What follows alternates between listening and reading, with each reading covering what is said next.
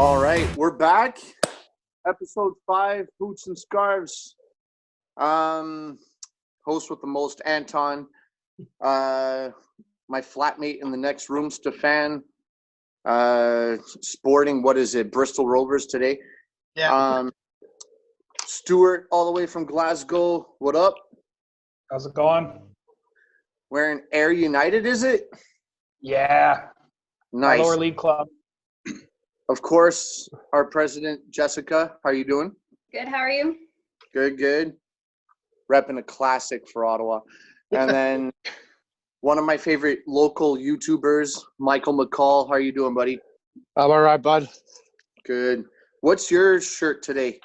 My jersey is from Hartlepool United. Shout out to my Uncle John, who bought me the jersey when I went to go visit him there. Nice. Yeah. And then our special guest today, this is a guy who Stefan and I both met in a bar. What was it, 2012 Euros? Yep. And it was England and France, and I was one of 2 French supporters in the entire thing. I didn't know the words to La Marseillaise, but the next day I learned it because, man, did I get shit on for it. And then, England go up 1-0, and there's Alec going absolutely mental right in my face. But, it was all love afterwards. And I'll tell you, Nasri was my hero that day, or else I'd have never heard the end of it. Anyway, I don't know how else to introduce you, but this is our good friend Alec right here, all the way from England. How are you doing, buddy? Good. How you guys doing? Good. Good. Cool. And what's funny is even before that, we actually ran into each other in the Rito Center. Yes. By that old OC Transpo thing. I seen you guys wearing Villa jerseys. Yes. And I just kind of like casually went Facts. up and was like, and then you handed me the Bytown Boys kind of code. And that was how I found out about the Fury, everything. That was how the Right. Pandora's That's when you box, learn. lads. That's when you learn the secret handshake for the Bytown Boys that only the members know. It's that was when the Pandora's box opened, and I became kind of more I found out there was a proper scene here, Right. which is one of my favorite things about living here now. So. We're very happy we ever met you in the first place, man, and thank you so much for coming on today. Oh, no problem. I have my Boston United shirt on. Yeah, we were. This is Knew it. third one, and then back here I have a Boston United one. This one's actually signed. It's also stained from when a cat went pee on it one time. And then the other one is obviously one of the original kind of Fury jerseys from Nice. back in the old Ottawa Fury Elite Soccer days. That was before I think I saw them once when they were playing at Carlton. No, and that's how I have that. I won it in a raffle or like something. Okay, so yeah. Oh, okay. Yeah, they did play at Carlton before they went over to Algonquin, so. Yeah, I forget where we were, but it was while that stadium was like knocked down, and they were like kind of playing at like an offsite. Yeah. Right. Okay, so let's get into it. 11 questions. Everyone gets a turn. We'll go around the table, and let's have some fun, all right? Yep. So the first 3 come from Stefan. So, Stefan, I'll get you to kick it off. Okay. Off the bat. So you have financial problems that face lower clubs presently. So, should the 3 lower leagues in England, for example, drop them from they have 24 teams in each table, let's say, but should they shorten it to, let's say, 20? Well, yeah, they should. One reason is you hear about it just in the EPL in general, the top flight. Oh, there's too many games. You drop down to the championship. Yeah, they're in the same boat, but more now because of having the extra 4 teams in their division. Financially, it could become a bigger strain as well. Travel costs can add up. Death by 1,000 cuts. It doesn't help that right now you have teams that can pay players like Ozil over 500 grand Canadian a week. Like, you know what? If you're going to pay someone to play that much for 1 week, I'll do it. I'll do it and retire. But there's more problems to that. But if you can try and limit some of your problems, why wouldn't you? The 24 teams, you see it and you know it's a money grab. And championships already difficult with brand new promoted teams versus recently relegated teams. Hey, Stefan, you're not going to fall asleep on us today, are you? No, maybe later tonight. This picture is Stefan falling asleep during the Aston Villa Zoom chat last weekend. Got roasted by a grot from Ireland. That's quite funny. Man, I haven't been to butt end of a drunk story in ages. I was due. None that you've heard. Yeah. Dylan and Simon they always remind me, so I'm sure they'll be more than willing to tell me theirs. And you've never seen Simon drunk go on a rant, have you? That you need in small doses. So, Alec, you want to take a stab at it? Yeah. It's hard. I went with no, but I went with circumstantially. So the main reason for disparity is from my opinion, is there's way too much money in the game. So in between the Premier League and the Championship, the income levels are astronomical. Same from the Championship to League One to League Two, etc., etc. And once teams go on these kind of like up and down swings, teams like Newcastle, Leeds, Sunderland, they used to be top flight teams, so they've got massive stadiums, like sponsorship deals, the ability to attract players that other clubs don't.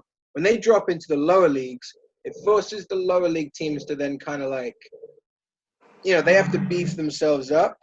And then I think that's why you end up seeing teams with building like new stadiums and there's, I think ownership in the lower leagues needs to be kind of restructured, because there's too many like people coming in trying to make a quick profit and then dipping on the team in a couple of years. But ultimately, you can't punish the teams and the fans by saying, hey, we have to drop you a division because there's too many of us and you were the last one here. Like, competition is competition. I think the economy also has a lot to do with it. Fans have come on hard times, and the way the game's gone, it's less about the fans now. I remember growing up, used to get in for like, £2, £5, like a game, like for pretty much most people, £10 for adults maybe. And now you're seeing like, £20, £30 for the same teams and stuff. And they've just got to kind of like make it more about the game and less about the money. But I don't think you can punish the teams by just dropping them. Some lower down, they have split conferences where one team from each conference promotes into that league. So it's kind of, like conference style as opposed to like a straight ladder. Maybe they could look at divulging one of the, like, League Two, I guess.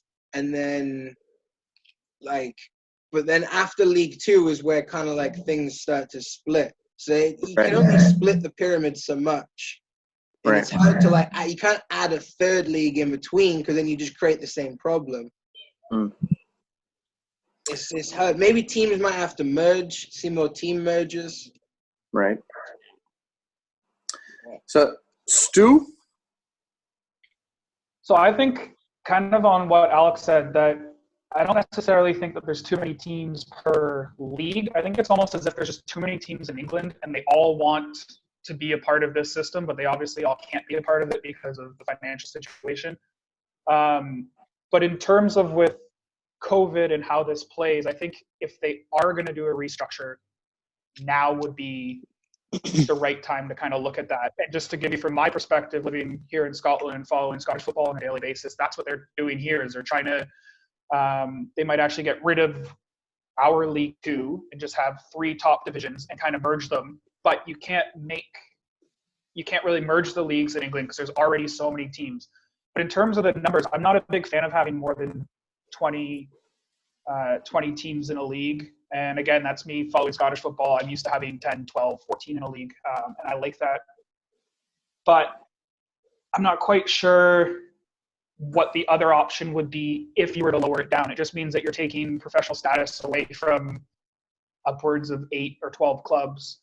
And that is a lot of players, a lot of clubs that are no longer making the same money they were before. But at the same time, clubs need to learn to play within their means and not try and, don't be a League Two team and try and spend like a championship team. Or like Alex said, don't be a championship team who goes down into League One and tries to spend like a Premier League team to get back up, because that can cause so many more problems for not only your club, but the clubs around them. But overall, I just think money has, as Alex said, money has put such a divide in football between the top and the bottom that it's kind of made the pyramid very lopsided. Yeah. Michael? Yeah, I'm basically on the same track as Stu and Alec there. To me, I think Steph mentioned like travel expenses. England's a pretty small country. I don't think that's going to matter much. But at the end of the day, you can't really just kick teams out of leagues because it's too big. Imagine what that could do to a smaller team. You throw them down to a league, the fans may not show up, the money's less coming in. You do get more games, but that also means more home games, which is good for financial reasons. But imagine a team like Charleston right now getting sent down to League Two or whatever, just because like they'll be screwed more than what they are financially. I don't think it's right. I think it is good the way it is. Obviously, nothing's perfect, but I don't think you can just cut the teams out right now. Mm-hmm. Jess? I'm in agreement with Stu, Michael, and Alec. I think that they should find a way, as of right now, to restructure the divisions so that the smaller teams do have a chance. And I think just eliminating the teams, it doesn't really benefit any of the fans or the teams. And then there's players that are no longer, they'll have to find somewhere else to go. So I think that they should find a way to restructure so to make it fair. Cool. Just to build on just a general things I've noticed in the past. When my dad first explained to me promotion relegation, to get into the 4th division, you could have won the conference. You still had to be approved to join. Yeah, We that's how it went works through lower down, yeah. I can discuss that later, but we went through that. Yeah. Yeah. So that's what they need just to bring back and just say, no. You have to prove that you can compete up here.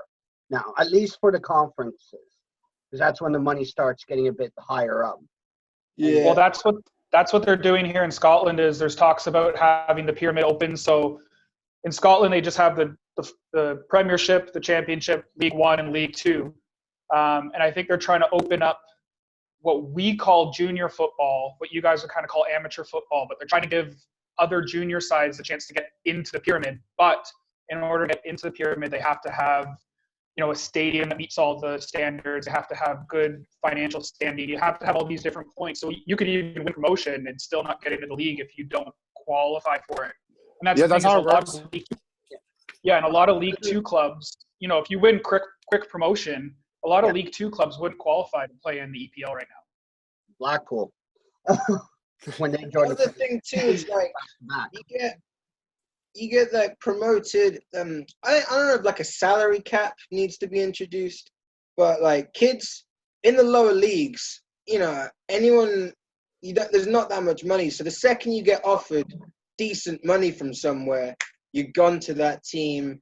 Like there's too many people getting their heads turned too early on. Like you get promoted with a side, you do really well with the side and get promoted, and then half that team leaves and like goes and takes that season that they just got promoted with and then takes the financial opportunity somewhere else. Yeah. Maybe in the same division they just got promoted into, or like there's that side of the game too. And the other side, like the whole like getting approved, like some teams, like you go on like a miracle run and you manage to get promoted, but you play in a place that only has one stand. Like, should you be forced to build like a whole stadium then? Just like, it's almost like kind of more atmosphere when you get to go to this place that's like, doesn't have a massive state. Like, it's kind of like, the fuck are we? Like, this is kind of like lower league away days are fun like that. So like that kind of like, you have to upgrade all your facilities and like this and kind of like and spend into it. Maybe like those kind of restrictions should be taken away to give teams a chance to kind of like go, because you could have a team on no budget go all the way, right? Yeah, absolutely. Just one last thing to add. Today, because I had to order a new Bristol Rovers kit because of the numbers. I was looking at their site and I put it in order. They got some great little knickknacks. I looked at the Villa site and then I realized Villa doesn't really rely on merch except for jerseys. But teams like Bristol Rovers and lower down, we're always going to look for what do people want? What knickknack can we sell them to at least bring that extra buck for the club? You're already answering question number 4 for us. Yeah. Just saying. Honestly, I looked at the questions the day he sent it. And then that's it. So, yeah, go on. So, Alec, I'll get you to start off number 2 if you'd like. Yeah. So the question is like the theoretical or hypothetical is you're a multi-billionaire. So, name one club that you would save from financial ruin, a club you would invest in or become a major shareholder in, and a club that you would sacrifice to the gods, as it were. So the catch is, for those of you who are listening or watching, each club, the twist is that each club's got to come from a different country. So just to add to that, this question is from Stefan, and just to make this really easy for everyone, the entire premise is kill Mary, like kill fuck Mary. That's the entire premise of it, just to make it easier in people's heads to wrap their head around. All right, Alec, go ahead. So I think I'm probably going to steal most people's save answer right off the bat. Something we hold dear to our hearts. Save the Fury. Bring back the old Fury name, logo, obviously, and make that a thing. Obviously, I'm very excited for Atletico Ottawa, but the Fury was always kind of like the first love here in Ottawa, right? And it would be great to have it back. Right. Invest. I'm going to go a strategic way, and I'm going to go with Le Havre in France. Le Havre is an incredible club that puts out some incredible players. Notable academy members include Patrice Evra, Riyad Mahrez. There's so many. If you look it up, look Le Havre and like academy and team members they've had. They're like the Southampton of France, but better. And I'd invest in them to give them a chance of maybe keeping some of these players and moving further up the tables themselves and having a chance, so that it's not just become – France has obviously become like the Scottish League, where just the same team wins it every year. It's boring. Speaking of which, sorry. Yeah, and I think everyone but Stu is going to like this one, but sacrifice to the gods would be Liverpool, obviously. It was the easiest answer question could have been asked. People be like, what about City? But like, City bought all their success, so they're not really, you know what I mean? It's different. Like, anyone can go out there and spend $7 billion and win something. But Liverpool just need to be sacrificed. If they could do it before they like kind of give them this trophy, that'd be good too. But, so yeah, that'd be my 3 answers there. Pass it off to Stu. All right, so a club that I could save from financial ruin. Trying to think of a club that's actually in financial ruin. I think Portsmouth would be cool to bring back up, but that counteracts the whole have to be from a different country. So I would like to save Ayr United.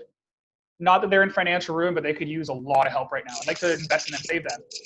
The one that I'd like to become a major shareholder of would be Linfield in Northern Ireland, simply because they have a foot straight into European competitions. They can get right in because it's so easy. There's no one else in the league. I'd like to be the major shareholder with them. And the club I would sacrifice, I was originally going to go with Millwall because they think that they're so hot, but they're not. But I'm actually going with Manchester United now. Alec, thank you for that. So I sacrifice United. Right now, all I have in my head is Stu saying they think they're hot, but they're not. Because you're talking about Disney Plus earlier, was Kim Possible. You think you're hot, but you're not.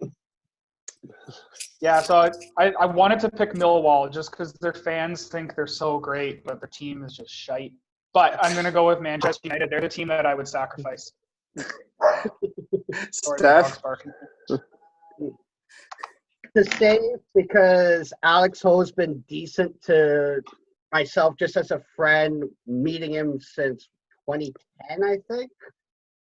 No, when did Montreal join MLS? That's when we first met him. 2012. Yeah, 2012. Met him there. So since 2012, he's been a great friend, and I don't like what's happening at Cheltenham. So Charlton, sorry. There's too many CH teams. Okay? I try to help save that. Invest. I'm gonna go with Austria side. SV Austria Salzburg.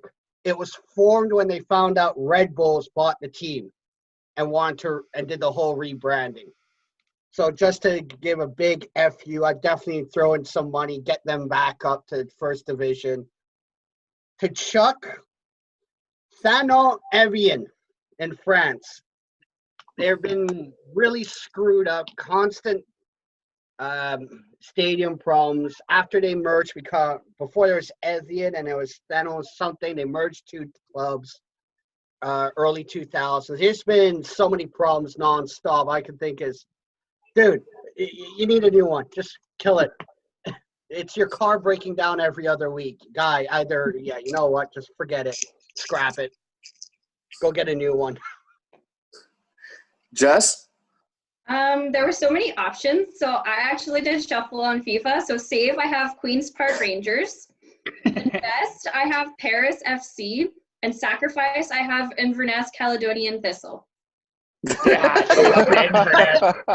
get it right up, yeah. Michael? So for me, I'm going to save Bury FC. What happened to them was just heartbreaking. There's 135 histories in that city, two FA Cups down the drain, and it's just heartbreaking to see that. So I would save Bury. The team I would invest in is Phoenix Rising. Get on board with Drogba. I hate the USL. You guys know that. But Phoenix is the one thing I do like about the USL. The fans there look awesome. I think they're doing the right things there. And I'd like to see them hopefully someday maybe make a jump to the MLS. I think they can do it if there's any team in the USL. And the team I would sacrifice is no one. I don't want to see any team go through shit. What soccer means to people, I don't want to see anyone go through what Bury just went through type thing. And I'm not sacrificing anyone. Even Newcastle, you guys are safe with me because, first of all, I mean, you love your derbies. You can't get rid of your rivals. And, I'm not sacrificing anyone. We'll see what you're saying was Newcastle beat you 13-0 with Mbappe up front next season. Hey, we won't play them next year. We're too low down. You'll get drawn together in the cup magically. Trust me. I hope so. I'll be over there. My plane ticket's already bought for that game. That's scary. The amount of money, Newcastle's just gonna buy the most French team with they're gonna meet the minimum requirements with the English players and then just buy all the good French players based off their previous spending models. You know what? Money can buy skill, but money doesn't buy heart or dedication. That money means nothing. That's the problem. It doesn't always. Say, but if you're Chelsea or Man City, it buys you titles, so they don't really care. So, next question, last one from Stefan. I'll get Stuart to start. So the Spanish leagues All right. They allow reserve league teams to compete in their lower divisions. So do you think it's fair to the other independent teams? No. And I can expand on that if you wish. No, I don't like I don't like the idea of academy teams or second teams being in the professional pyramid. I don't think an academy team should ever be higher in a pyramid than an actual fully fledged pro team. I think that they have academy leagues that they could operate with. They could loan a lot of players out. But I'm just not a big fan, and I wasn't a big fan of it in the USL playing Atlanta United 2, Red Bulls 2. I felt Toronto FC 2. I felt like you were playing kids. And it was almost demeaning the actual professionals that are there, where you're saying you're playing on the same level in the same group as these kids who are just coming up now. I'm just not a big fan of it. I get why they do it, but not a fan of it. I don't think it's fair to the teams, and I certainly don't think it's fair to the professionals that they're playing against, who are at the peak of their game, who are trying to make the most of it, to be playing against some academy kids or some people who aren't even close to their full potential yet. Jess? I have to go with Stu on this one. I have to agree. I wasn't a huge fan in the first year that Ottawa Fury had joined the USL, that we were playing the academy teams or the TFC 2, Atlanta 2, because we were playing against players that were in the academy, were up and coming. We never got the chance to see an even playing field with everybody in the professional in the pyramid. And so when the other teams were dropped down to their own division in the USL, I actually preferred that better. Michael? Yeah, I'm on the same track. I absolutely hate it. I've always been against it. It takes away everything from the teams that they are competing with when it comes to the independent teams. These teams can't even get promoted into the same leagues that their superior teams are in when you're looking at Spain or whatever. It just takes away from the league as a whole. As they both were saying, it takes away from the players that are playing on these other teams. I think they should have their own league, and if you don't like it, loan players out. I agree. They basically both hit the points. Alec? Yeah, I'm with all of you on that. It's definitely not fair. It also, especially in the teams in the Spanish league, I'm not sure if any other leagues across Europe do it, but I know in the Spanish league, would you rather play for some team's reserve side, or would you want to be on Real Madrid's reserve side in the third division? Right? It's kind of that thing where they also get to create like a stronghold on like the talent and the youth talent across the country, which is a huge problem. Especially, I know in Spain it's a big problem with Barcelona and Real Madrid. They buy up incredible amounts of kids and talent, and then stick them on these teams. It's you should be capped at the amount of like academy players and reserve players you're allowed to have. I think like other leagues have shown that when you play these kids against each other, that they develop just as good players. It gives those good players the actual chance to stand out, because that's what it's all about, is picking the kid who's 18, who's better than everybody else. You're 18-year-old playing against top sides. We used to smash those sides, like when the Fury played them, like when we played the TFC 2 and whatnot. We used to dummy those teams, and it's got to be really disheartening for those kids to go out every week and be fodder for like another team, and to not get the chance to show what you have and show your capabilities, because you're constantly like defending or getting smashed by other teams.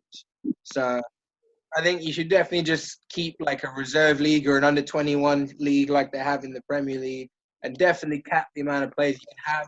Teams like Chelsea abuse it a lot. They have like 72 kids out on loan or something. It's silly.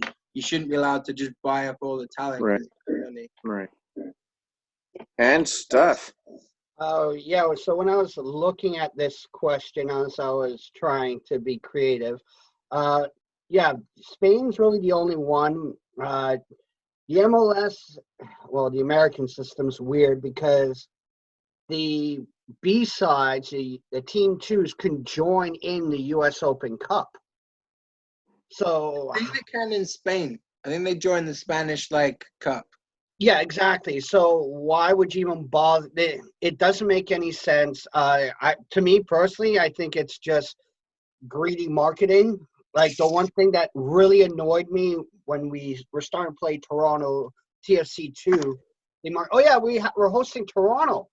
Everyone's like, Toronto's coming to town. Toronto's coming to town, and they look, oh, it's the U.S. I'm not going to go see that. They got people Yeah, they excited, show up like these wanting kids. to see Toronto, and then they realize, oh, it's Toronto too. It's not the real Toronto. Why am I going to go? So not only did you turn them off, you actually pushed them away because you got their hopes high. Oh, we're going to play Barcelona this week. Oh, nice. I can't wait to see. Yeah, Barcelona beat. What? Right. Oh, I don't want to going out the door on that one. So it's also a bit misleading to the fans as well, especially people visiting the towns. Yeah, I agree with So, hey, I think my heart would be broken if I went to, I don't know, let's say I was in Norwich and they were in the fourth division and they said, yeah, we're playing Man U this Tuesday. Really? All right, I'll come watch the game and then find out. Yeah, it's their academy team. Why? So I just, yeah. They used to do that. That used to be the old England preseason. Right. Like Boston United once played a Manchester United 11, and I'm pretty sure I got to see like 15, 16-year-old Danny Welbeck and like, you know what I mean, like Tom Cleverley and stuff when they were like kids come down and play, like, you know. So there's kind of like that kind of side to it too, where like you get to kind of meet like that. But yeah, they definitely make it more clear. It's not here where they're like, you're playing this team, and then in like tiny print, and it's like, you know, and then a bunch of people where no one's got a jersey number below like 50 on the pitch, and you're like, the fuck is this? There's the They don't even have running around out there. So next ones come from Stuart. So Stuart, I'll get you to start this one. Simply, what do lower league clubs offer that top league clubs don't, if anything? So I asked this question because I think there's lots of answers to it. There's lots of really good answers. Just to go over them really quick, I think they offer a close sense to the community. They're a great family atmosphere. Steph mentioned they can offer great stuff like merch that a lot of bigger clubs wouldn't do. But I'm going to plug a Twitter page here that I absolutely love. I got my buddy Albus up here for this specific reason. Hey, Lower league clubs and leagues tend to allow dogs to come to games. And there's actually a Twitter page called @non-league-dogs, and it's basically just pictures of dogs at football matches. And I was able to bring my boys to an Ottawa Fury match. It was a great way to just get out with the family, have some fun, see some dogs, have a great laugh. So not dog specific, but I think lower league clubs offer an atmosphere for more people or dogs to watch games than the Premiership leagues do. And that has to do with lower tickets, easier access for wheelchairs. It's more kid friendly. And I think that's something that the big leagues just don't offer. Michael? So I took this question as a different view. Like I took it more as like a watcher rather than, oh crap, there we are. My bad. All right. All right. Sorry. I took this question more as what do you get from watching it? And you see different type of football for sure. From the players, I find you find more heart. The crowd is the true Royal fans there. You can't tell me if a team like let's say Man City or Chelsea get relegated. You can't tell me they're going to get the crowds that do today. I mean, Man City barely gets a crowd today anyways. So I think it just brings something special as a whole atmosphere. And, yeah, I think the players are playing heart to heart. every game they have to impress someone because at the end of the day, their goal is to move up with this team or not. So Right. you don't see all this dramatic crap. You won't see Neymar down in Division 2 of England. You won't see that crap. They get hits, they're up, and they're fighting, and they're playing that game till the end. Right. Jess?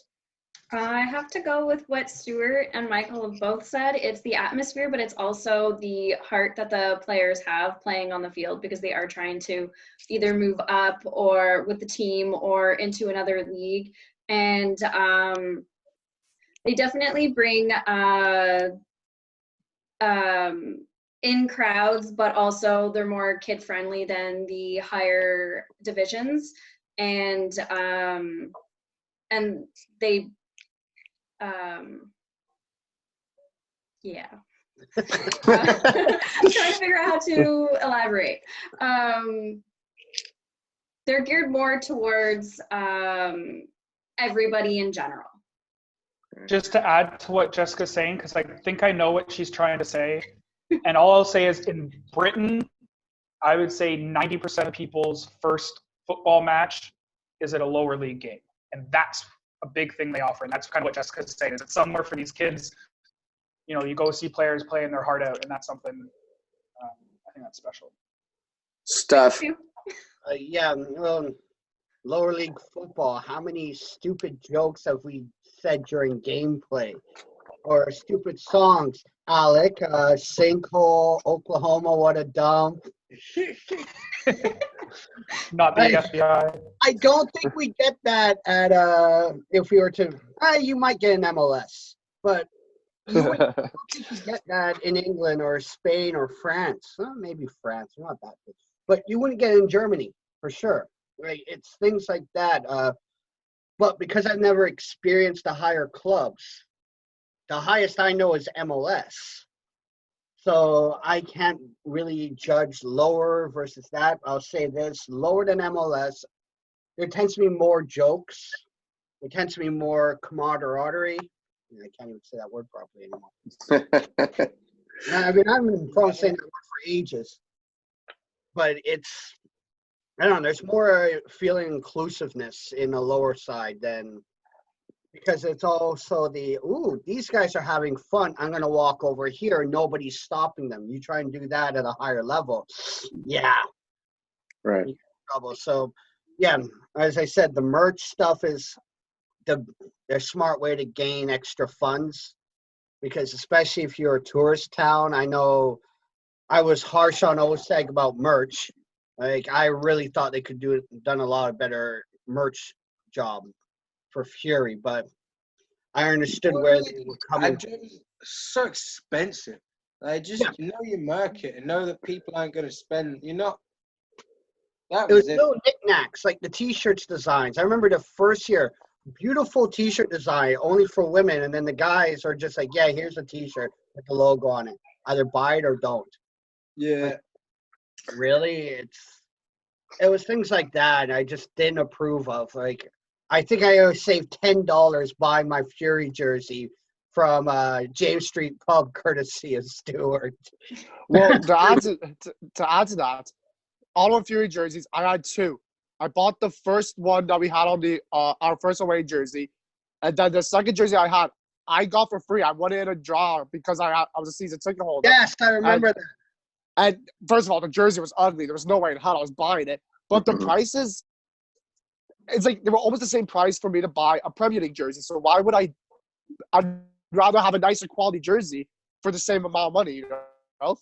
Yeah, well, I remember when I went down to Toronto the year my dad died, and I got my Terry Merrick TFC jersey done.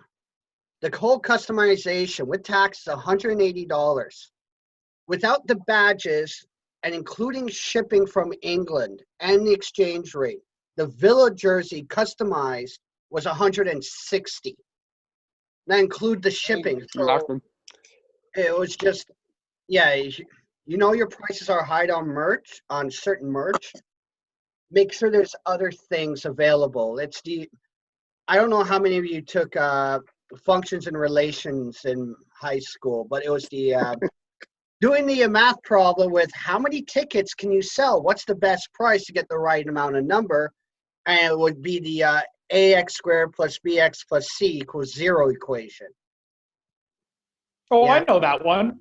Yeah, because forever, Hey, trust me, sound that was like the part of math I hated to try to understand. It took me 4 semesters to understand it.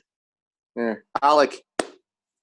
Just to quickly add to that before I give my answer, I was gonna say also having had shirts printed by the same T-shirt company that the Fury used to print their T-shirts, I know how much it costs to have T-shirts printed, and the markup at the Fury store for those T-shirts is a criminal markup. So I'm just gonna put that. Well, That's all I'm gonna say about that. So. The average It's a market fact, though. is about 300%, so 3 times. Yeah, yeah. Gildan is not an expensive company, guys. So I think lower leagues offer. I think we all said atmosphere, affordability. Not everyone can afford a Premier League season ticket.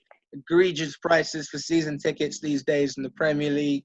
That's trying to be addressed. But also even down to concessions, club shirts, club merch. It's all a lot cheaper at the lower levels. I think one thing it offers is a chance to see, tomorrow's superstar before they get there. Nothing better than being able to say, oh, I seen this kid when he was only 18, or I remember seeing this kid before, and being able to kind of create a relationship with them. And the same at that kind of level, getting to see former superstars who are now becoming mercenaries and trying to continue their career. It's lovely when I think Edgar Davids was one that rocked up in the lower leagues of England for years. Edgar Davids down in League Two, World Cup winner, I believe, or World Cup finalist, I think. So there's that side of it. The intimacy is obviously there. How many times have we shouted things at players and that's clearly affected them? Or they've definitely heard it. And we've had the good and the bad. We've had the fun interactions, and then we've had the other side of it where players didn't like it as much. I'm pretty sure we got a player sent off one time because we got in his. Promising that was last year. We're just abusing that guy. So you don't really get to do that at the higher level. So there's that. And then another thing that people don't really think about, a chance for success. At the higher level, what teams, besides Leicester's miracle run, what teams are going to win things every year. At the lower level, you could go on a 2-3 year run and get promoted through, and it could be, or spread it out over a few years, and your team gets to win. You go on those fairy tale FA Cup runs. It kind of has all of the things mixed in. Away days at the lower level are brilliant. So. Right. So, Jess, Yes. what lower league divisions have you seen live? I have watched Ottawa Fury play in the NASL and the USL. And when Aston Villa won the championship to get promoted, I watched with Stefan at a bar during the day. And that was actually quite fun to watch and see his reaction. And there was one other person that was from England that had come down, and we were watching together. Michael? So games I've seen live is USL and NASL for the Ottawa Fury. And then I've been to 2 matches in the Second Division England Championship. And I've been to 2 matches for League One in England as well. Wow. Stuart? All right. I love lower league football. And actually, I believe this theme was my idea, if I'm correct. Yes, it is. Yeah. But, so I'll do this quick. In Canada, PDL, USL, NASL with Fury. I've seen the Women's League. I wouldn't consider that minor, though, because it was a pretty good league at the time. I've seen League One Ontario and PLSQ. So that's North America. And then in Scotland, I'm kind of tied because there's only so many leagues here, but I've seen them all. So I've seen the Championship, League One, League Two, and I've also seen the non-professional leagues. I've seen the Junior Lowland League, Premiership, First Division, and Jesus. second division. I go to a lot of games. Well, kind of like Alex said, the tickets are cheap. I can get in my local club, Maryhill Football Club. They're just down the street from me. I can get in for $5. So if they're playing in the afternoon at like 3:00, it's a 2-minute walk down the road. And not only that, but in Scotland, I have about 30 junior sides within an hour train ride of me. So I see a lot of lower league games, and I love them. Here, Alec. Yeah, I've seen a range of leagues here in Canada, like Stu was mentioning, just through friends who've played for teams. I went to see Kingston. Kingston had like a semi-pro team. We went there one time. I'll even throw in the Canadian university leagues. I've gone to see Halifax play. My mate used to play on Halifax's unit team. I've seen Algonquin, obviously, some of those. Back home, I've been to the leagues that don't exist anymore, leagues that have changed names 4 times, leagues that changed names while we were still in them. So like there was one called the Ryman League, the Dr. Mertens League, the Unibond Premier League, the Conference North, the Blue Square North, just leagues like that. Highest we got to Boston was the old Division 3. So we got into like professional side, like Division 3, which is now League 2. I've seen a couple random ones in Spain, in the lower leagues in Spain. I've seen Mallorca FC play a few times. And then what was it? One German league, I went to a random like Bundesliga 2 game when I was like 5, apparently. Don't remember it much. But I was on holiday in Germany. And Steph. Well, it's the same as Anton. Corrupt CSL, PDL, W League, NASL, USL. Oh, I beat him. I've been to CamPL, the one in game 1. So Not lower league. Not lower league. it's considered lower league. Hey, that's question 9, Stu. Shut up. It's 1 point. What's the affiliation? It's Div 1.1A. My God. Oh yeah, go look it up. Is that the math league? Yeah, it's Right. so it can be so the accreditation's compatible against the MLS, but they're not coming outright saying we're challenging you. It's like, yeah, by the way, we can enter this race, but we're not going to race you just yet. So last question from Stuart, and I'll get Michael to start. Your best and worst memories supporting a lower league team? So, since Solent is down in the bottom, or not right at the bottom, but we're down, we're not in the Prem. So I think my favorite memory was when we went to Wembley last year and played Portsmouth. It was such a big moment for us. We've been through so much shit lately. Back-to-back relegation, new owners coming in, just money all over the place. So us even though it's a check-and-trade cup, it was. I mean, they call it the Mickey Mouse Cup. It's a joke of a cup. You even play. We had to get through that. We actually had to beat Newcastle under 21 to get there. So it's. Even though the cup itself is a joke, it was just something special for us to go to Wembley. We had so many fans there. Last year, that game had the highest attendance at Wembley that year, and that's a League One match. The third division in England had the highest attendance at Wembley that year, and that was amazing to see. It felt so good. Another feel-good moment, obviously, was when Ottawa Fury went to the finals against New York. That is obviously up there.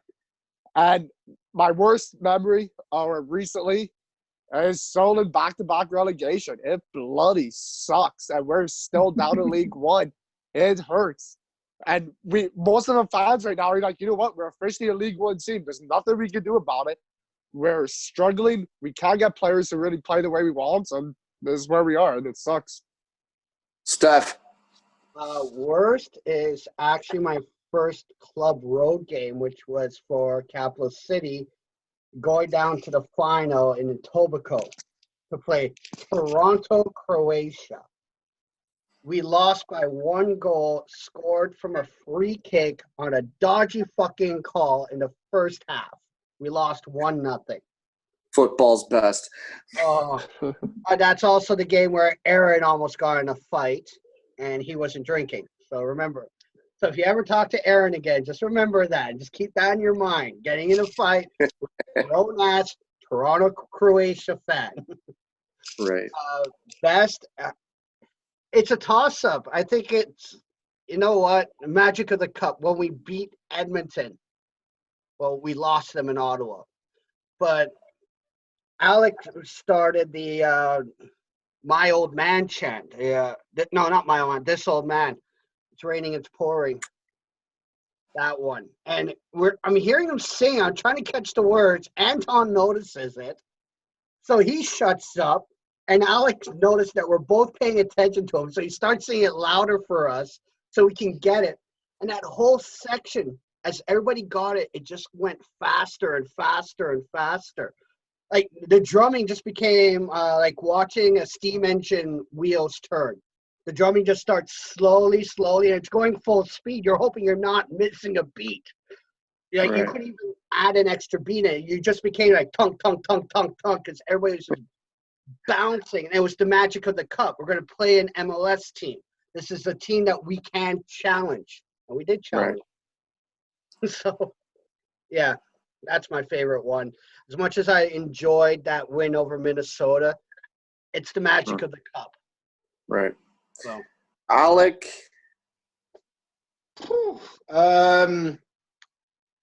Let's start with the worst memories.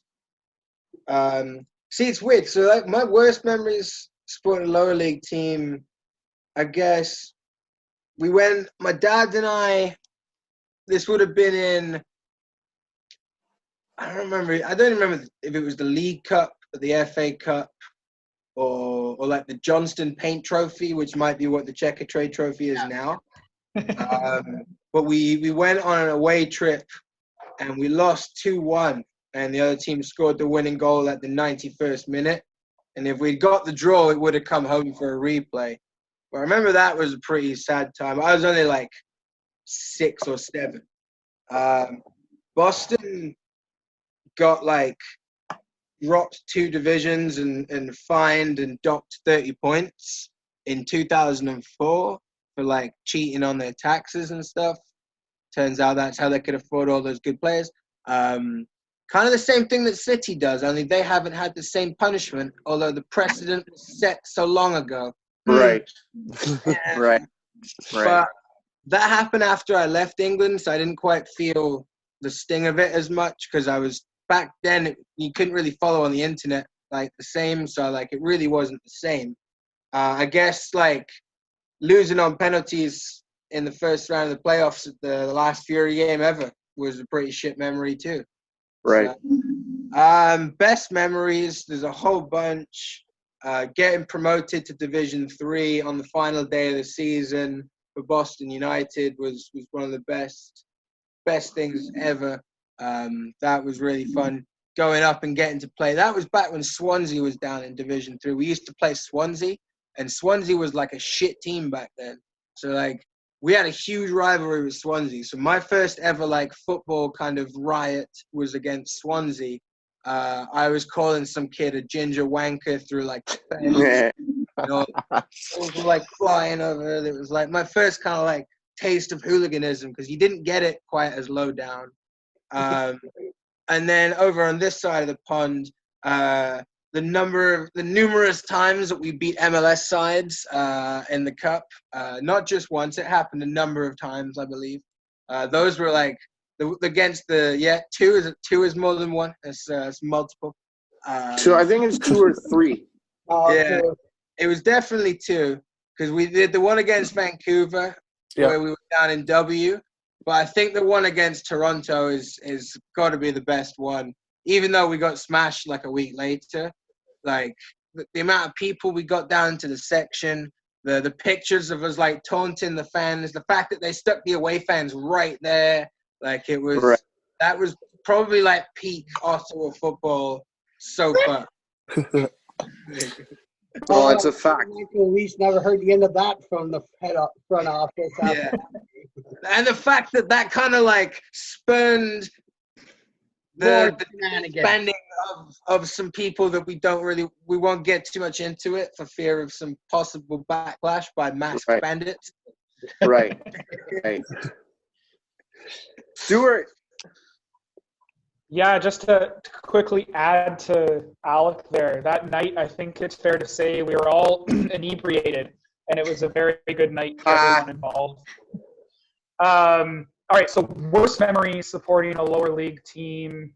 I wanted to say Ottawa losing the final, but just getting to the final was great. So I'm going to go with Ottawa Fury folding. That was just incredibly heartbreaking. And then to kind of build on something else Alec had said, you mentioned tax evasion and that forcing them to go down and how that hasn't happened to Man City. That did happen to my club, Rangers. They went down in 2011. They had to work their way all the way back up. But while they were in the third division, I saved up all my money, flew over to Scotland and supported them in the third division. And they broke a world record that day. I'm just going to get the number up here. They broke the world record for the highest attendance in any fourth division anywhere in the world.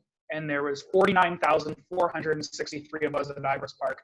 And that would be my favorite memory because I was there for a world record. And I not only went to support my club in the lower leagues, but I flew across the ocean and spent all my hard-earned money just to support them. And thank God they won, because if they lost, I don't know. So that's my ultimate low and then my ultimate high. And Jess. So mine is, I'm gonna start with my worst, and the few frustrating years we had with the Ottawa Fury, they couldn't score. There was a lot of back passing. There was a lot of possession turnover. Our defense was not doing very well. I found that was the worst, and my best was, even though it was a loss, we went to the final and we played against New York, and a bunch of the supporters went down, and that is my favorite memory. Cool. All right, now we're into Michael's set of questions. So, Michael, your favorite lower league to watch?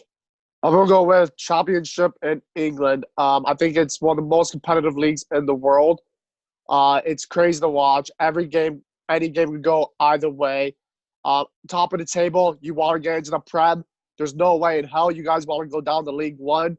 It's such a battle, no matter where you are in the table. And every year, I feel like most teams go in there with a hope, or hoping they're wrong of going down, or big hope of going up. It's just a crazy league, and anything can happen. Alec. Yeah, I've got to say, like, anything Championship and below in the UK is, especially once it gets into relegation and playoff season at the end, it's the best worst football ever. Like, I mean, like it's my favorite. Like the tackles, like you want to see some tackles and proper men. Remember James Bailey specials? Like all getting long. Like it's by far my favorite, and because it's holds a little bit closer to the heart. So, Jess. I don't really have one. I don't have a specific team that I actually follow other than our local team. So I don't really watch very much soccer outside of supporting our local team. I mean, I have watched a couple of Aston Villa games, but don't really have a lower league that I watch. Yes, I think this is where most guys are saying, blink once if you need to be rescued. Stuart. So my favorite lower league to watch is the Scottish Championship, and a big reason for that is I live in Maryhill in Glasgow, so I have part of Thistle. We're in the Championship. Actually, I think they're just getting relegated now down the league. but Yeah. they're just down the road for me. So I've gone to a couple of their games. I often take the train down to Ayr to see my family and go watch Ayr United games. That's who my uncle used to play for. It's my mom and dad's local club growing up.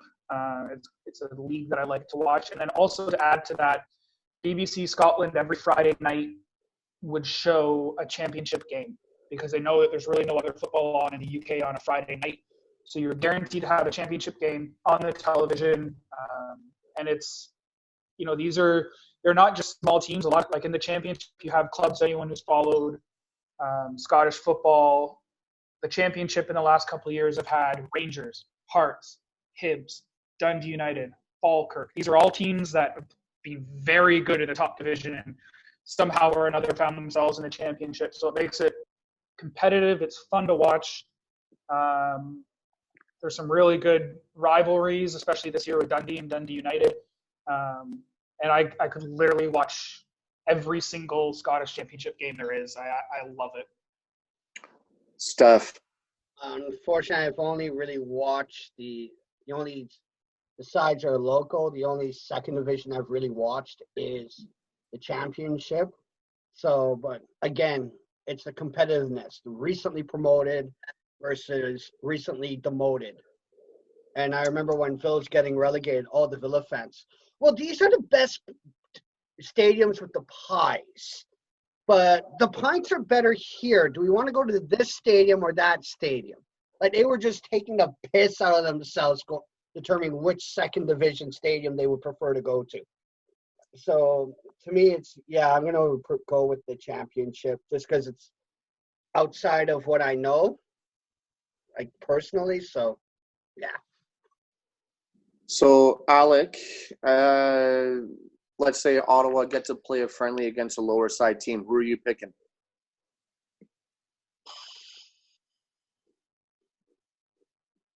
I mean, the Hurt wants to say Boston just so I could have both like the worlds come together. I'm just anyone who's just going to bring fans. Because it's hard in North America to get away fans. It's like, doesn't happen much. So anyone who wants to bring fans, I'd love to have them come out and play. We got to see the Rangers friendly back in the day. That was a good time. Got to sing God Save the Queen. Not the only time I've sang God Save the Queen at football. But the only time that the actual rest of the stadium didn't just start doing their own thing, because it was after the American and Canadian. Yeah. They get drowned out, right? So, Right. yeah, I'd say that. Steph? I'm with Alec in a way. We need the fans. Like, but if we're going to be guaranteed some fans, let's go. Unfortunately, as much as I don't like them, go with Leeds. They're a popular name brand. They have a huge following for championship side. Financially, I take advantage of them. Bring them over, get them over here. Charge a bit extra for the away fan tickets. Water down the beer a bit. I don't know. A proper away section. Stuart? So I feel like I've been doing this entire episode, but to build on what Alex said, I got to see my lower league club at the time, Rangers, come and play Ottawa Fury, and that was a dream. I still count myself one of the luckiest football fans in the world. I got to see my two favorite clubs come together in a friendly, so there's no hate. I got to meet both teams. It was a great time. But in current climate, I'm going to have to go with Charlton Athletic because I like Alex Ho. I think he's a great guy, and I think that club deserves so much more. And I think that I don't necessarily think they would bring fans, but I think they bring a lot of heart, a lot of passion, and for nothing else, it would mean a lot to our good friend Alex. So I'm going to go with Charlton Athletic. Jess? If you were to ask me this question a few years ago, I'd actually say Aston Villa. I know that Anton and Stefan, you both are Villa fans. And I think crowd-wise, having been in the Zoom meeting last week, I think that there's plenty of people from the States that would actually come up to watch the friendly. I could be wrong, but I think there's a possibility they would have come up to watch the friendly. And they're almost a lower league club at this point, so it works. Yeah, we're almost there. You have the last spot to be relegated. Yeah, well, hopefully they do the closed doors thing. I don't want them to do the French and cancel the season. Yeah. But we'll see. I think the Premier League's taking the lead from the Bundesliga at the moment.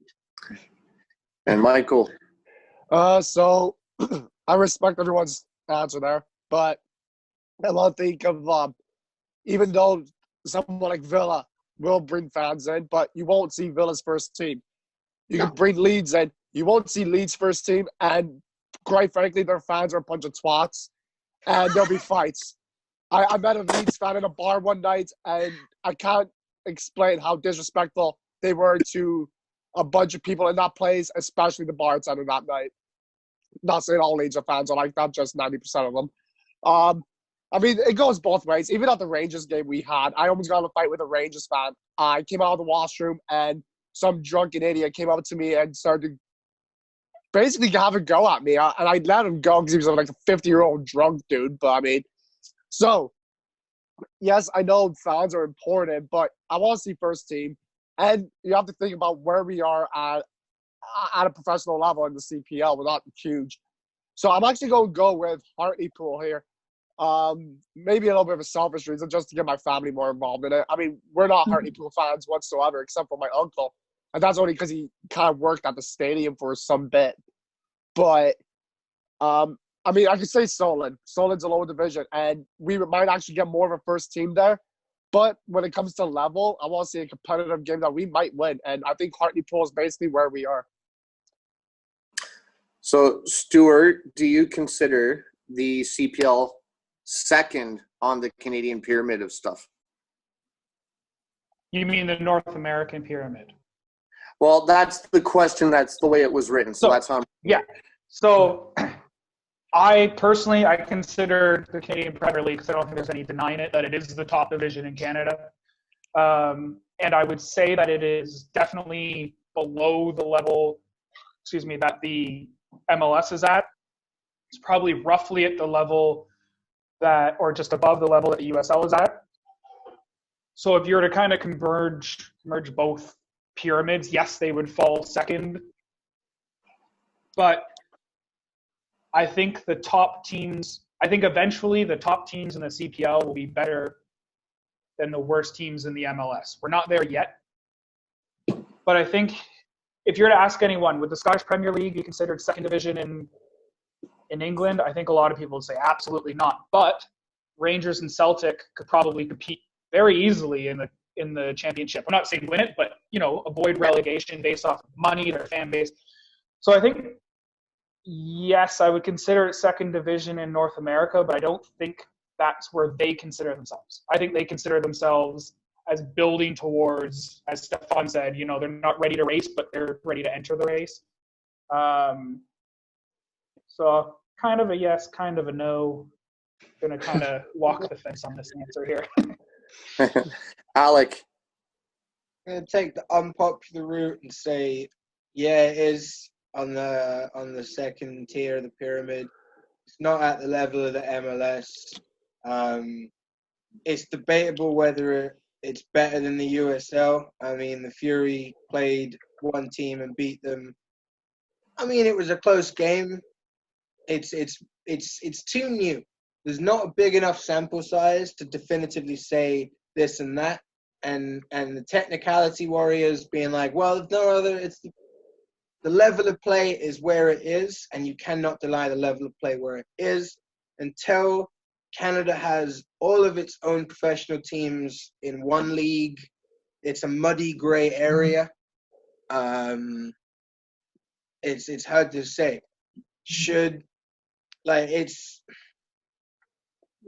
It's not the same level as the MLS, and it's probably on par with USL, which would be considered second tier. So you'd have to kind of go with that, just based on quality. that's the way I answer it. Well, since Anton's not here, I'll answer my turn then. It's yeah, we don't. We've had one. They've had one season, but they are trying to be better than they are, which every league should be trying to do anyways. But yeah, I'm going to use one analogy that Stuart recommended. We're not ready to race, but we're in the race. So it's going to take time. And again, you can't judge based on 1 year. So they will grow, but we got to give it more time. So, yeah. Okay, Michael, what do you think? Thanks, Stu. It's great having Welcome you back, here, Anton. Stu. What would we do without you, Stu? So, to me, it is the number one division. I think when you look at the pyramid, you have to look at it as a country as a whole. I mean, if you're looking at North America, sure, you can say it's second, but I'm looking at Canadian as a whole. Yes, the 3 best teams in Canada don't play in our league. But when you look at over in England, or they have Swansea playing there, but Wales still has their league. Do you consider Wales' first league second just because their best teams play somewhere else? I don't. They still have their number one division. I don't think it's necessarily a skill thing. It's more what the country is as a whole, if I'm making sense here. So to me, it is the number one. And eventually, like Stu said, our skill will grow and we will compete with the MLS at one point. But even then, we may be lower on the skill, and our skill might match the USL. Also, we are the number one league in Canada. Jess? I have to agree with most of the panel here. We're not there yet, but it is considered Division 2. We have to wait a few years to be able to be at the level that MLS is at. So yes, we're not there yet. We have to continue to develop the players to have this league, and in years to come, we'll be up there to compete with MLS. But and we are kind of at a level of USL. All right. Steph, how many teams would you like to see in a second division Canada? Well, I don't think we'd have a normal second division Canada based on our population size, country size, density. We'd have a top division. I wrote a blog about this a couple of years ago, and our second division would actually be provincials. And to get promoted, you'd have a Memorial Cup style tournament to get promoted. So the winners of all these provincial leagues would get together, and it's 5-a-month tournaments to battle it out to see which teams get promoted. So, yeah, I'm thinking more costs. I'm thinking business-wise. I'm not thinking fan-wise, because in the end, money talks. You can love something all you want, but if you can't afford it, you can't have it. So my second division's all province-based, not main structure. Stuart? Yeah, Stefan kind of stole my answer. What I would have would be a 10-club cup tournament played in September, October of every year. And the 10 clubs that get into that tournament would be based off of play that happened, say, between April and the end of August. And you'd probably have, once the provinces get their leagues up to kind of a higher level, you probably have, 2 teams from Ontario, 2 teams from Quebec, maybe 2 teams from BC, and then fill out the rest with 4 teams from, maybe one from Manitoba. You could have one from somewhere else to the east, and then another couple from maybe Alberta. But I think that would be the best way to go forward with a second division. Would be you have these like a Memorial Cup type situation where it's a cup played later in the year that would allow these smaller clubs to play. But I think 10. I think the CPL should get up to about 12, at the most 16, before they start focusing on lower league stuff. But I'd also like to see women's soccer in there before, a CPL too. But to each their own. That's my own personal view. Alec? Yeah, Steph kind of stole my whole plan. Woo! For the steal. Recognize Canadian soccer for the entire future, but I guess other people thought that. Exactly what they said. Once they've kind of found a viable league around the similar kind of size as the Scottish Premier League, maybe 10 to 12 teams, then you look at having each province has its own kind of league, and you can set it up how you'd like. And have the tournament at the end, and that's how you'd have, maybe there's not even just one team. Maybe you have the top two. Maybe either you have 2 groups of 5 and the winner of each group, or you get a final after each group, and then maybe there's room to expand the relegation zone. A hex-like tournament. Just to make a bit more round robin, and the top X amount go up. Yeah, because that way you're giving more teams exposure. There's more chances. It's more competitive because there's the kind of, you know what I mean? Like, people are would say oh, there's only one prize, so it's more competitive. But if anything, that's more discouraging because, it's basically going to come down to money at that point. The more kind of options you have. But that is kind of the next point I'm going to have on this. Everything is dependent on money. And because this country is so big, and even within provinces, travel is you can't take a round day trip to the other side of the province and stuff. Sudbury to Kitchener. It's just not doable. Things like that. Right. So you'd have to have proper funding, there needs to be soccer infrastructure in Canada would have to fully change to even allow this to take place. And the problem is I think that once you'd get too many hands involved, and it would become about money too quickly, because as before that's been shown here that's become a thing, right? So it is a shame because there's so much talent here, and there needs to be more options to get this talent out into a professional game, and to have the players reward, because nobody wants to play for free. If you can have a job that pays you money versus something that doesn't pay you money, you're probably going to take the one that pays you money, even if it's not playing football. And eventually, a lot of these people, they don't look after their bodies. They're out partying. They don't give a shit properly because the reward's not quite there for the effort. And until a lot of that changes, then a lot of this stuff is just going to continue to be dreams and hopes as opposed to fruition. So I think some definite proper investment would need to be done, but with the investment, there's who knows how far you could take it. Michael. So my number is 10 to 12. I'll actually answer the question. And I'm joking. Because it's yours. No, I'm joking. I like the idea that Steph and everyone said with the provincials being for Division 2. I think once you cap out at the top of the Canadian League, I would like to see about 15 teams, 20 if possible, but I know it's the way where we are, that might not be probable. So 15 teams at least. And once you get there, I'd like to see 10 to 12 in a second division. The provincial idea you guys are saying, I think it's a really good one, especially trying to get into the Canadian League.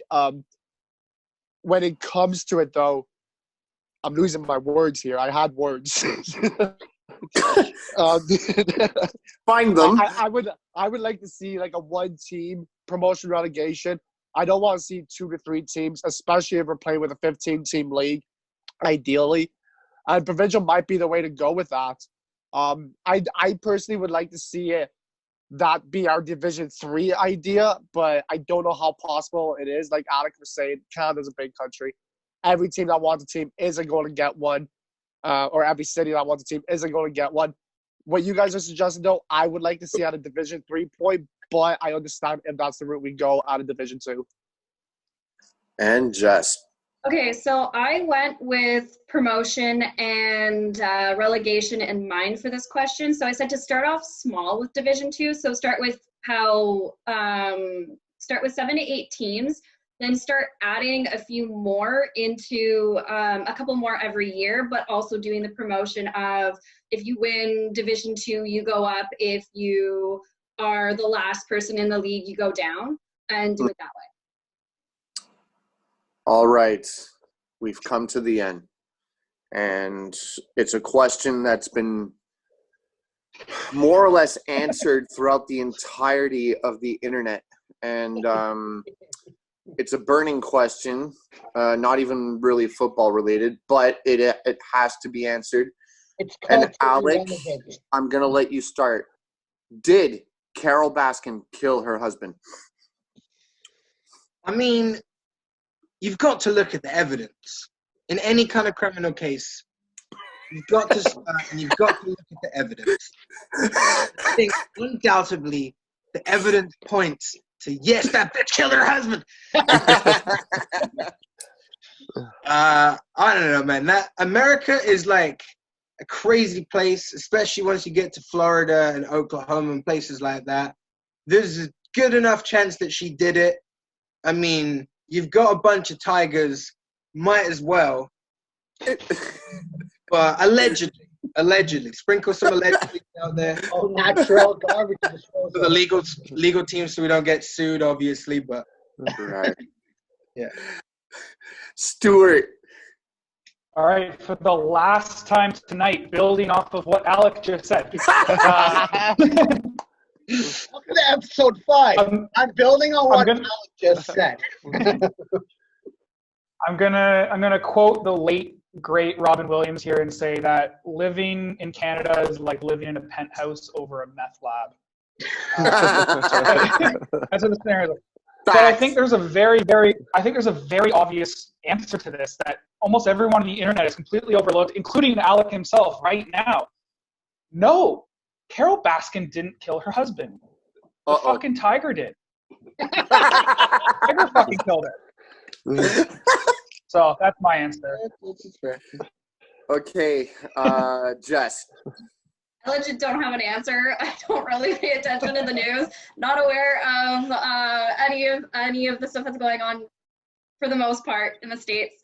So I don't know. Steph. Well, no, it was Sepp. Sepp Blatter did it. Look, he talks to Puccini and says, hey, I know a lady who has a couple tigers that if we want, she'll give it to us. We just got to get rid of somebody. So Platini said, you know what? I know a guy. He talked to Jack Warner. Jack Warner got some sketchy Trinidadians from New York to go down and take care of the guy. It was Sepp Blatter because he wanted the tigers. And Michael. That's all. There is zero doubt in my mind that she killed her husband. She 100% did it. Of course she did. Who the hell goes out for tiger milk at 3 a.m. in the fucking morning? I'm sorry. What a load of shit. And how is this not overlooked? And did anyone notice when she talked about her husband in this damn show? She almost seemed happy. Like, at not one point did she seem sad. And I'm sorry. He could have been the worst person ever, but you were married to him. There is something there that makes you sad. He was a fucking prick, but he's still dead. There was nothing from her. There was not one thing in her eye that said anything other than I killed him and I fucking got away with it. And then got a Netflix special for it. Exactly. Right. Yeah. Well, look, thank you guys so much for taking your time. Oh. Injury time special. Uh-oh. Unscripted question, and without getting into the politics, because it's a very kind of like opinionated question right now, especially amongst Liverpool fans. Will we see Premier League football again this year? Or will they just, what do you guys think? Yes or no? I say no. They're done. No. Germany. I think they're gonna try and actually play it. I don't think they should. I'm a Rangers supporter, so I put Rangers before Liverpool. I think that all leagues should be null and void. I don't want Celtic to get 9 in a row. But I think that you're gonna see EPL really push for it. I think really, even behind closed doors, and they're going to push for it. I agree. I think they will push for it. I think they want to, even if it's behind closed doors. But like we've seen in other places in Europe that try to do it behind closed doors, people just rally outside the stadium, so it might not be realistic. But at the end of it all, even if they play or don't, Liverpool better get that title at the end. Asterix, big asterisk, Big. big asterisk. Add a couple Mickey Mouse ear handles to it, maybe. So look, thank you all for taking the time out of your day, especially Stuart across the pond. What are you, like 9:30 at night right now? Yeah. Yeah, it's half Rough. 9 here. So, and Alec, thank you so much for joining us. Thank you so much for taking time out of your day too. Anytime, guys. Also, shout out to Jess, our president, flatmate Stefan, and of course, Michael, aka my personal favorite YouTuber in Ottawa. Go check out his channel, Michael McCall, MCCALL. Also, subscribe to our channel. Follow us on all socials. Stuart, you want to plug those in? Yeah, I was just going to say a quick couple social medias to plug in. 1, follow the Bytown Boys on Twitter at Bytown Boys. Follow Boots and Scarves at Boots Scarves on Twitter. Join our Facebook group, the Bytown Boys Facebook group. And most importantly, just while I get it up here, go follow Alec. Go follow him on Twitter. He's great. At best_Weston_, just like the hotel chain. They got it from him. He's the original. So, thank you all. That's episode 5 on lower leagues. Boots and Scarves signing off. Thank you. Right.